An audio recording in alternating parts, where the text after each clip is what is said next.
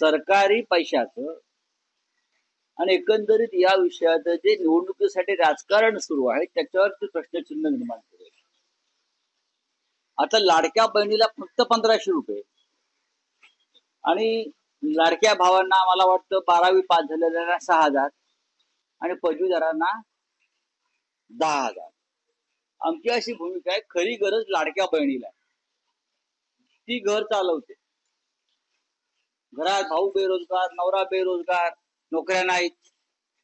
आज पाहिला असेल एअर इंडियाच्या कार्यालयासमोर 2000 लोडरच्या जागा भरण्यासाठी 25,000 सुशिक्षित तरुणांची झुंबड उडाली. ही या महाराष्ट्राची स्थिती आहे.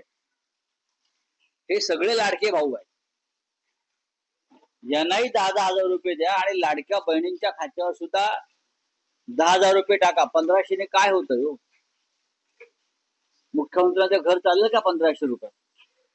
तो मुख्यमंत्र्यांच्या घरातली लाडकी बहीण, लाडकी सून यांचं घर 1500 रुपयात 6000 चालू शकतं का? आमची अशी भूमिका आहे की लाडक्या बहिणीवरती अन्याय कशा करता करताय. लाडक्या बहिणीलाही 10,000 रुपये, लाडक्या भावालाही 10,000 रुपये.